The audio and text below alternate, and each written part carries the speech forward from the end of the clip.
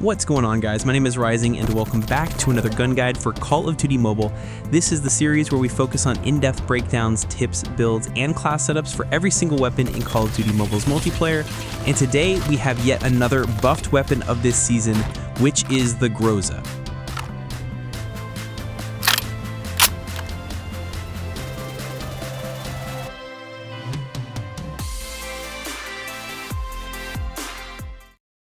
The OTS-14 Groza is a Russian bullpup assault rifle developed in the early 1990s. This weapon was ported from Black Ops Cold War, and thus it incorporates the Cold War gunsmith system.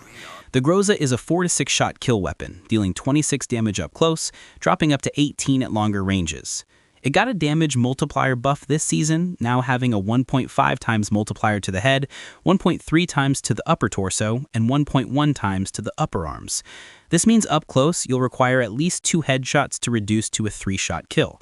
Alternatively, you can achieve the same potential by landing 3 consecutive upper torso shots, which is not so practical. Upper arm shots also are not so useful, however you can extend your 4-shot up to the second damage range by landing 2 shots to the upper arms. The rate of fire is high at 750 rounds per minute, which is similar to guns like the PDW-57, XM4, Type 19, Bruin Mark 9, Chopper, and the S-36. This means your time to kill in the maximum damage range will be 240 milliseconds, and increasing to 400 milliseconds in the longer ranges. However, if you're able to achieve a 3-shot kill by landing 2 headshots or 3 upper torso shots, your time to kill will be a great 160 milliseconds. But time to kill doesn't mean anything unless we see its range profile, which in this case, our guaranteed 4-shot range extends up to 13 meters, which can be further stretched up to 26 meters if you hit those bonus damage multipliers. The bullet velocity is standard for assault rifles at 900 meters per second, which means our hit scan range is up to 45 meters, which is fine. This gun features a number of interesting barrel attachments, so let us have a look on those. The first barrel is the 15.3-inch ultralight barrel, which improves our aimed-on sight time by 5% and our aimed-on sight movement speed by 10% with no cons attached to it.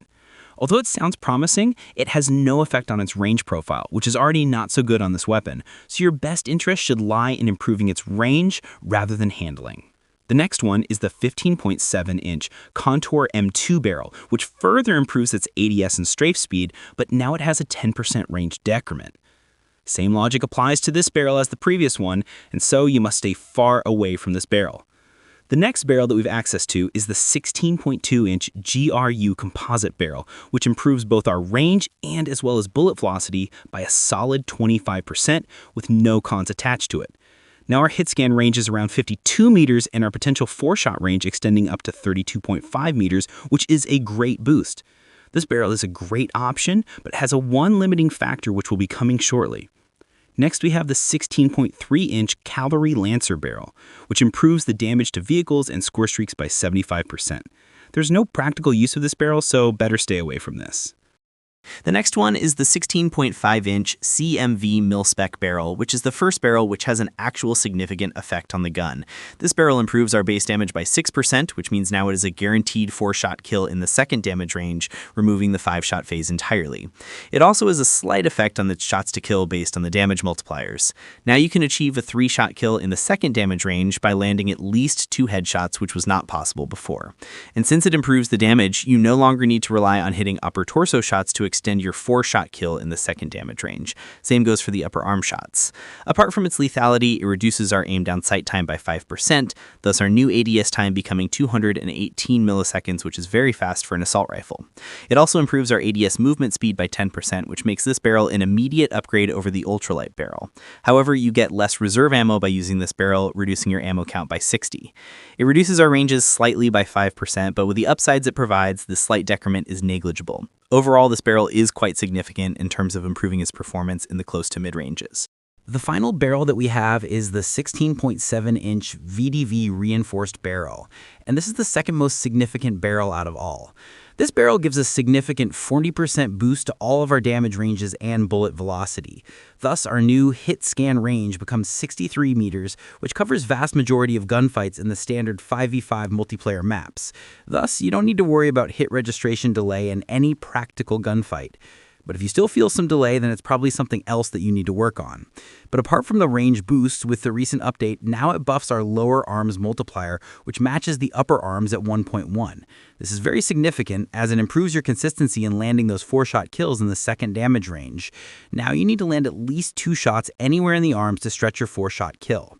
However, this barrel has a considerable mobility nerf to all of our values, but in the grand scale of things, it is worth losing on mobility and improving your consistency rather than moving too much and missing your shots. Overall, after the buff, this barrel is now a mandatory attachment on the Groza. This was the one limiting factor that I was saying while discussing the GRU composite barrel. That is, this barrel is a direct upgrade to that. And if we compare the base Groza with other popular top-tier options, we see that it shares the same time to kill with the Type 19 and the XM4, with an improved range profile if we kit it properly. However, it has slight cons which hold it back that we'll discuss in the end of the video after covering all of its stats.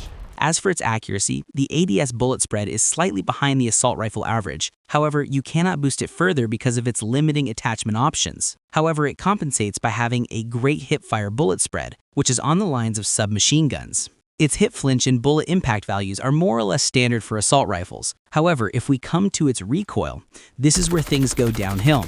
As you can see, it has a considerable amount of recoil, with a lot of lean towards the sides, and also the kicks between shots being considerably high. This is one of the worst patterns in the entire game, and thus making its use much less effective in longer ranges, even though it has a good range profile. Coming to its handling, the aim down sight time is fast for an assault rifle at 230 milliseconds. Same goes for its sprint to fire time at 140 milliseconds. Its mobility stats are also above average across the board. Overall, the Groza excels well in the handling and mobility department. The magazine capacity is standard at 30 rounds with 120 in reserve. It reloads in 1.31 seconds with an empty reload time of 1.26 seconds. And for its last base stat, we have the material penetration. The Groza does 54% damage through thin cover and 50% damage through medium covers. This gun also does not feature FMJ, so we're stuck with its base penetration values. And with that, we've covered all of the base stats of the weapon, along with few important attachments. By looking at its base stats, we've seen that the gun excels well in the mobility department. However, it lacks behind in range profile, damage multipliers, and recoil control. Based on these observations, let us now see how to build this weapon efficiently. The first build which I have here is the balanced stealth build. We have the agency suppressor for concealment and recoil control, the VDV reinforced barrel, because that's a mandatory attachment for this weapon, in my eyes at least. We have the Black Ops foregrip to help significantly in our horizontal recoil, firm grip tape for improved ADS time and hit flinch, and finally the 50-round fast mag so that we can take down multiple encounters and also have the advantage of a faster reload. With this build, we have improved our range and bullet velocity values with that barrel, and now our potential 4-shot range becomes a very competitive 36.4 meters with a 63 meters of hit scan range, meaning no hit registration delay in all practical gunfights. And comparing it with other top-tier options, we see that it has a range profile on par with guns like the Type 19 and the XM4. Thus, it is a great replacement if you're bored of using those weapons. Here's the complete overview of all of its stats with this build. Our mobility values are reduced. However, as mentioned earlier, it is worth trading off mobility for better consistency. We have also improved our recoil, which is still pretty bad, so you must practice with this gun well before you use it in ranked. Our tactical reload time is just under a second, which is very helpful during multiple encounters. The effective range of this gun, considering all factors, is around 36 meters, so your best interest should be challenging gunfights within those ranges. And that goes for its balanced build. Now, if you really want to play aggressively with this gun like an SMG, then I have a second build for you. This is the aggressive flex build. With this, we have the agency suppressor for obvious reasons. Now we have the mil-spec barrel so that we improve our handling as well as our consistency in the second damage range, KGB pad for an even fast strafe speed, striker foregrip for further improved mobility, and finally the 40-round magazine. I could have used a fast mag, but since there's no ADS speed improving attachment with this build, it's better to use a magazine that doesn't harm our aim-down sight. With this build, we have an incredible 45% strafe speed. However, we have a slight 5% range decrement, which means now our guaranteed 4-shot range becoming 24.7 meters. This build is significantly worse than the last one, which I provided, but it is suitable for players who really like to move around the map and challenge close encounters.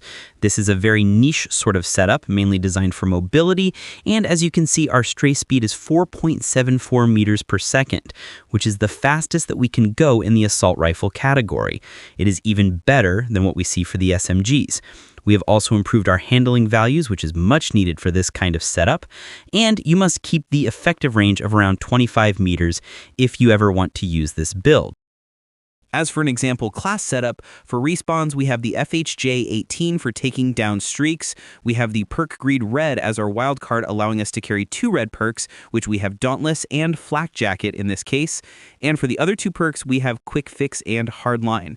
You can swap out Hardline for firepower support if you want. For the lethal equipment, we have a Molotov cocktail, and for the tactical, we have a trophy system. Operator skills and score streaks can be chosen as preference. For search and destroy, I use a melee for rushing, although you may use a pistol if you want. The perks remain the same apart from using dead silence in the blue perk slot. We have a frag grenade as the lethal equipment and a smoke grenade as the tactical for blocking enemy lines of sight. And with that is going to wrap it up on the gun guide for the newly buffed Groza. As for my thoughts on the weapon, the buff was much needed, as now it greatly improves its consistency, rather than being an assault rifle which is only good for strafing. It is a decent side grade to the XM4, but there's one little issue with the Groza. It performs exactly what the XM4 does, but worse. You may argue about the slightly better range profile, mobility, and reload speed, but that doesn't meet any of the criteria of a gun being top tier.